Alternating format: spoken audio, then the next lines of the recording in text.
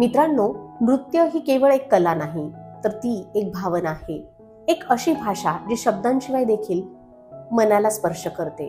ती आपली संस्कृती सांगते आणि आपल्या आत्म्याला देखील स्पर्श करते.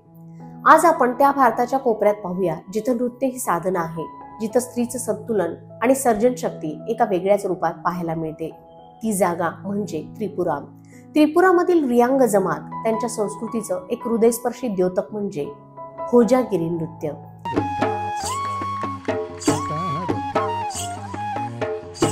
या नृत्यात क्लिष्ट हालचालही नाही आणि वेगवान तालही नाही, पण आहे एक विलक्षण शांतता, एक अद्वितीय संतुलन.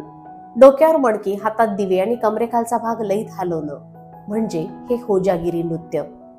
ही कला शिकायला वर्षानुवर्ष लागतात आणि त्यामागे असतो अनुभव, संयम आणि श्रद्धा. होजागिरी हे नृत्य केवळ साजरं केलं जात नाही, ते जगलं जातं.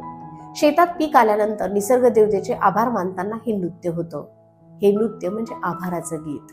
प्रत्येक थाळीतून, प्रत्येक दिव्यातून आणि प्रत्येक मंद हालचालीतून आपल्याला ऐकू येतो त्रिपुराच्या संस्कृतीचा आवाज. आज नृत्य दिनाच्या निमित्तानं या सुंदर कला प्रकाराचं स्मरण करूया आणि अशा प्रकारची पारंपरिक नृत्यकला जतन करण्याचा संकल्प करूया.